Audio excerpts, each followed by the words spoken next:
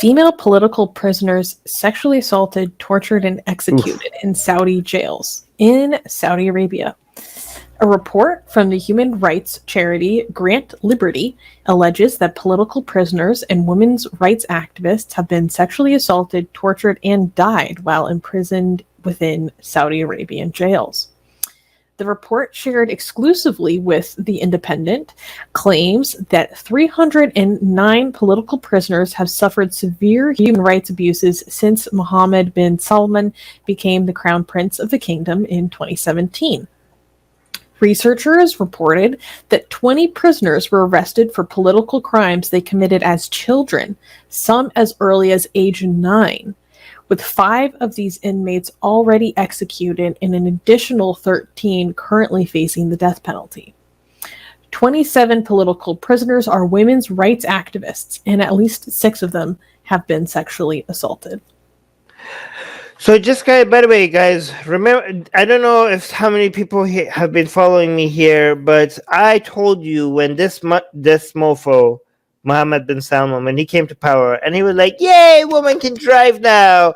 And he was like, yay, like we have theater now in Saudi Arabia. And I was telling you guys, this is a distraction. This guy's a goddamn monster.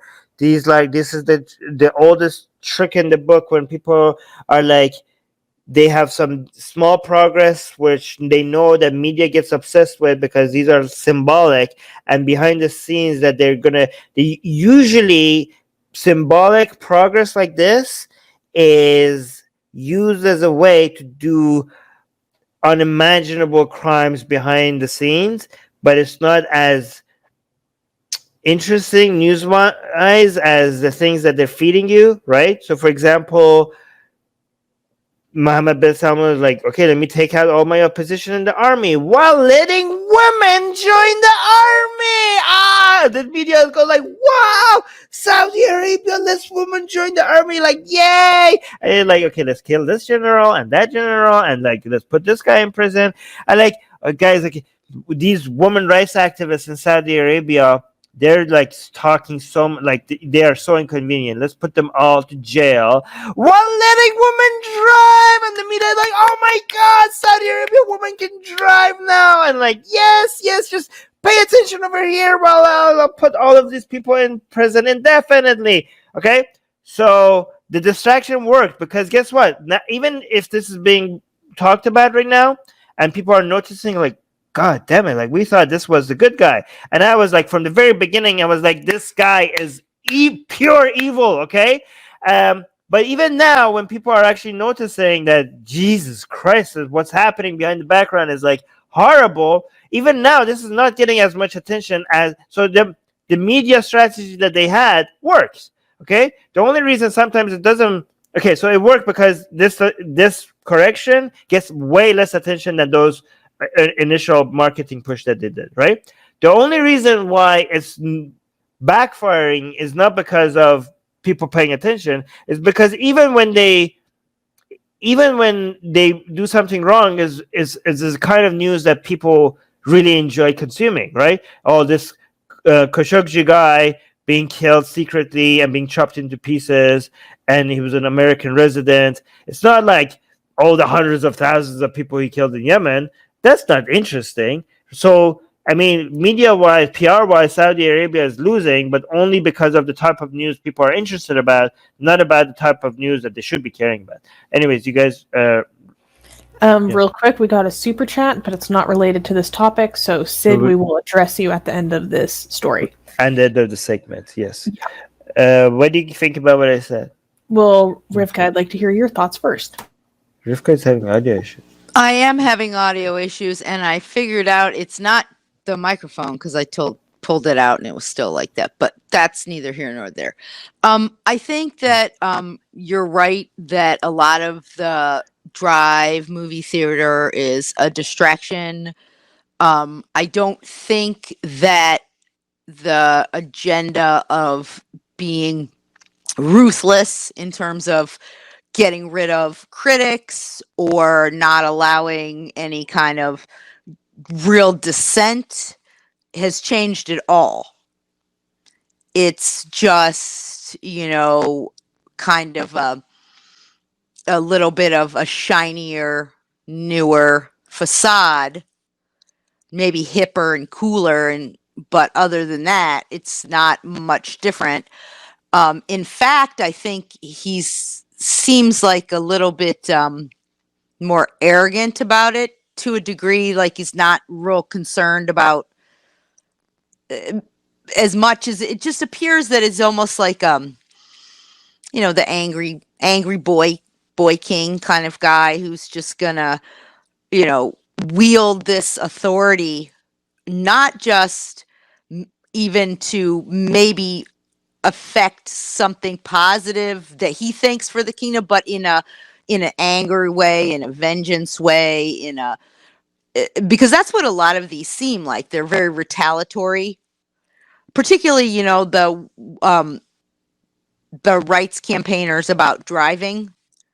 It's so now we're going to be talking about one woman specifically right towards the end of the so news. Now women can drive, but you still hear the chatter is, well, we can't amend these charges or let these people out because that would be allowing them to win, so to speak, which again is this real, very sort of almost immature power struggle that you got to win all the time. No one can dissent in any way, even marginally, about something that you've already said that you've changed now. And you would think the PR for that would be to say, wow, this woman's really affected my mindset. Thank you so much. That would probably, if you really want to make it look like you're, Mr. I've changed, we're not really, cutting off people's heads and, but no, it seems like it's just a kind of distraction campaign too, because then you get the citizens to go to the movies and not be as upset about the other things that you might be doing. Yeah, it's extremely frustrating that they don't get as much pressure on them as they should, and just the blatant hypocrisy on the global stage given the G20 summit is just insane.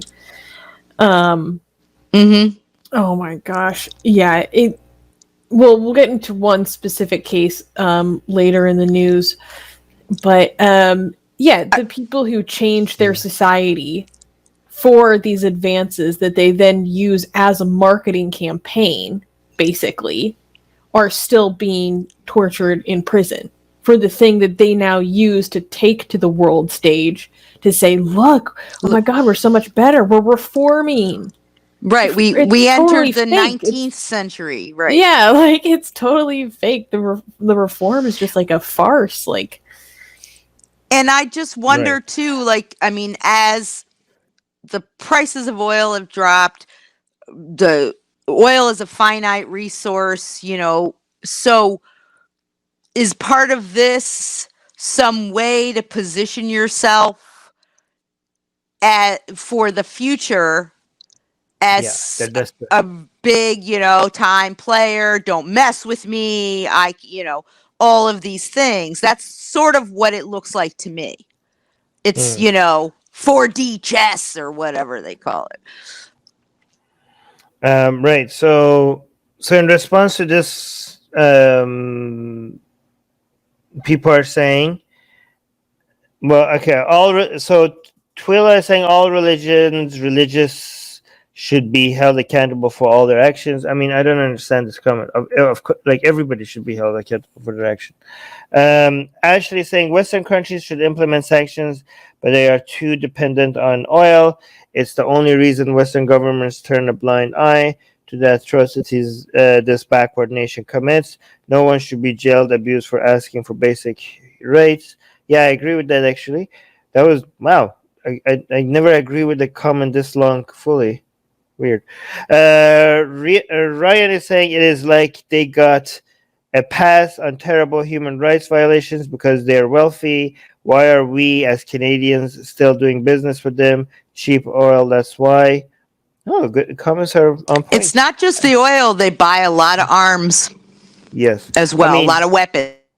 They don't buy, okay, so they sell oil and they use that money to buy weapons. So the money comes back to United States anyways. Yeah, they buy the weapons from.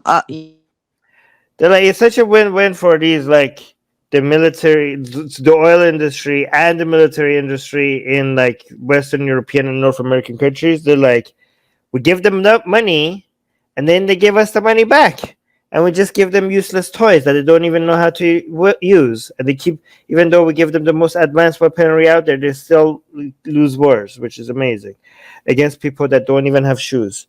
I really liked when you were talking to what was his name, Phil Grusky, Phil G, that intelligence, that Canadian intelligence or expert, and he was talking about how basically like Saudi can't do anything right to defend itself because basically they're just like he basically called them like fat.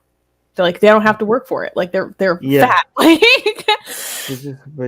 They're basically what happens when you give like your teenage kids so much money and no accountability. Yeah. You know how you can imagine how they grow up to be. That's basically Saudi Arabia's government. And Debbie is saying, and these guys are on the Council for Human Rights, aren't they? Or something like that. Yeah, they are. But there was another person that was here. And yet they are on the Human Rights Council. I think it's time to close up shop at the UN.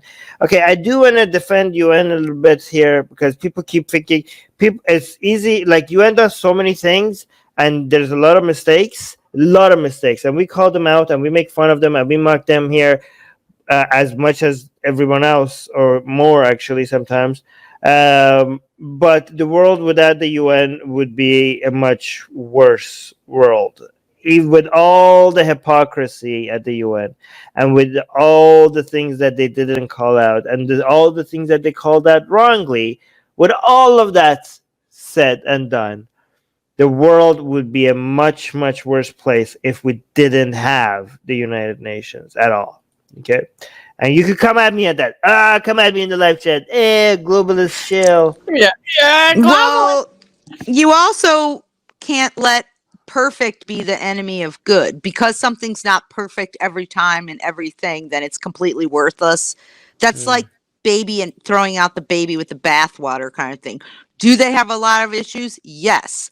Do they have double standards on, some countries? One in particular? Very much so. Oh yeah, Rivka. Do they, do they make some poor decisions and align themselves with some people that, are not so great people? Yeah. But or maybe take certain things at face value. Right. But at the same time, I think you're right that, I'm not a burn it all down person. I think you should try and, see if you can make it work or fix it or solve the problem rather than just burn it down. Yeah. I mean, not having a table where people actually come and talk like, oh, you're at war. Like, that's like not having anybody come at like, hey, can we come up with a different way to deal with this and negotiate? Like, just remove the only body in the whole goddamn planet that even provides that alternative. Yeah, sure, that would be great. That would be fantastic. Anyways, super chat. Yes, let's do the super chat. Sid Dave, thank you for the $10, Sid Dave. Is saying in Iran, if a non-Muslim converts to Islam, they inherit all of the family's property. Don't you think this is modern-day apartheid? If South Africa was boycotted globally, why not Islamic countries? I think this is mostly directed towards you, Armin. Yeah, I mean, I support the sanctions. If a non-Muslim converts to Islam, they inherit all of the family's property. I mean, the status of all religious minorities relative to Muslims and even Sunni Muslims relative to Shia Muslims, I think you could technically say, I think that would make it there's dual status for the citizens in Iran. So that's technically an apartheid state. Yeah, you're right. Well, the guy, if it's a woman, she's not going to get all the property, right? She's only going to get half. The guy, Yeah. No, but this is technically an apartheid state, I think. I mean, I have to think about it a little bit more, but you're right. The fact that a Muslim citizen in Iran has different rights and has a different status compared to non-Muslims in Iran, that makes Iran an apartheid state. And just by that, all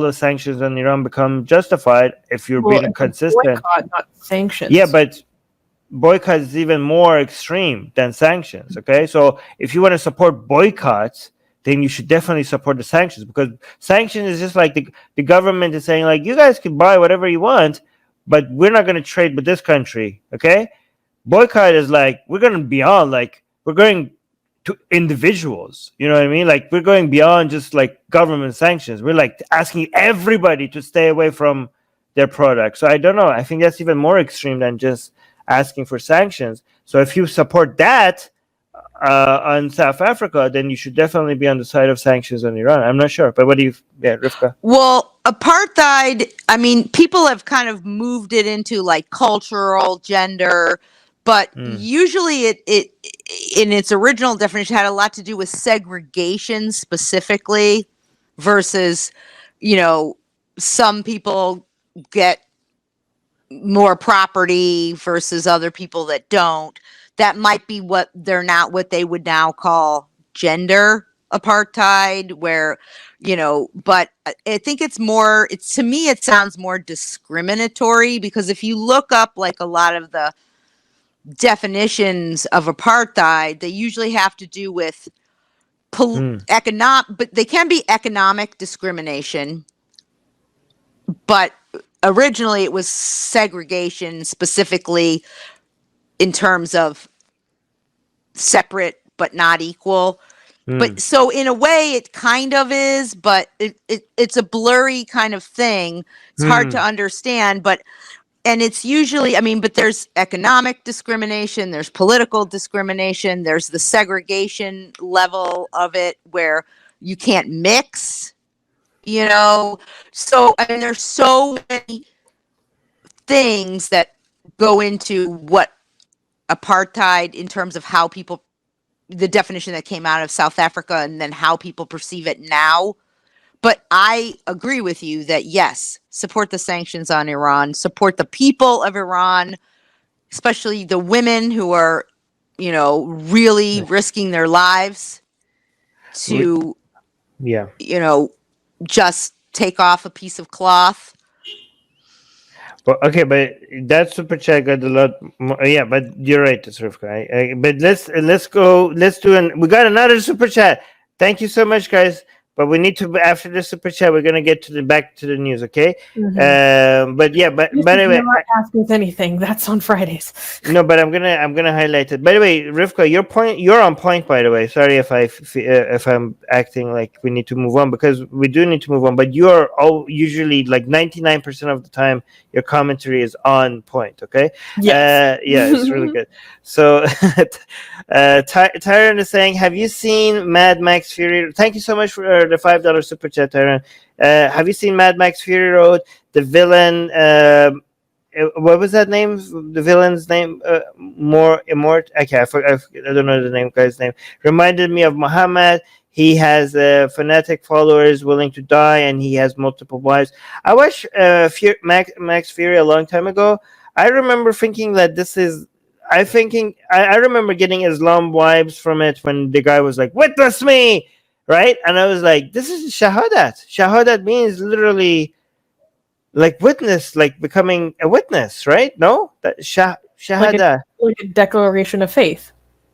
Yeah, like no. Shaheed. Okay, so shahadat is a declaration of faith, but the same root letters are used in shaheed. So shahadat is like witness, like declare. Okay, so I don't shahada. So shaheed is a person who's used for the word martyr, but it has the same root words as witnessing something, right? So it was like, whoa, what is happening? Like, these people are like giving their lives and they're saying, witness me. So this makes the whole word shaheed in Arabic, as they use, because shahada is supposed to be something about witnessing, and they're dying, and I'm like, what does that got to do with being a martyr? I never connected the dots. And basically, Mad Max Fury made me understand Islam a little bit more, because I'm like, oh, okay, I see, because they're becoming, their act of sacrifice is them telling the world to witness them. I'm like, maybe this is why Islam calls their martyrs shaheed. Right? So again, it was very relevant. I have to actually look this up later to see if I'm right about that. But anyways, yeah, Soha is here. Yes, shahada. Soha, shahada has something to do, the root verb shahada has something to do, which is used in shahadat, which is Adam is testimony. Shahadat is testimony. Testimony, but something, okay. Okay, I have to look this up. Oh no! Often, though, religions kind of testimony, witness, like in the Christians say that when you get up and you talk about, Jesus and your Savior, you're testifying, or you're giving witness. Giving witness. That's what it is. Yes, Qasim is saying exactly. Shahadat means giving witness, and shaheed means being the person that is giving witness. Which I didn't understand why the word for martyr is shaheed, and that's exactly what they're doing. You're becoming a martyr, and you're becoming the person that is giving witness by becoming a martyr. So that was Mad Max Fury and Islam. Anyways, thank you for joining us. Subscribe to our channel. Hit the bell thingy. If you haven't, I don't know why. What's holding you back? Okay, if you haven't subscribed to our channel, why haven't you subscribed to our channel? Explain that to us, please. Like, bell, and also if you're not getting notifications and stuff because YouTube is not telling people that we have shows, because YouTube is like, oh, this person told us that they want to get your shows, right? They want to get your videos, but nah, we think is no. And they also hit the bell button, but nah, you guys are too controversial. We want to show them mainstream stuff. We want to show them CNN or cat videos or whatever. But people are like, no, we want to see Atheist Republic. And YouTube is like, no, we don't think you want this. They're like, no, please show it to us. We say to you, we want to see Atheist Republic. And YouTube is like, no, we think we know what's better for you than you yourself. So to solve that, there's a link in the description, which is to our newsletter. So hopefully we could email it to you. So hopefully you get some of our content that way. Okay. So yeah, subscribe to our newsletter as well, and share our videos, because we do get demonetized. That's an obvious on every one of our videos. So F that. But we don't care about that anymore. But we also get deprioritized, and that's even more damaging to us. Deprioritized, what does that mean? That means we don't show up on the suggested, videos on the right, and all that, on people's homepages. And that's how channels grow. Unfortunately, we can't grow. So we need you guys to share our videos.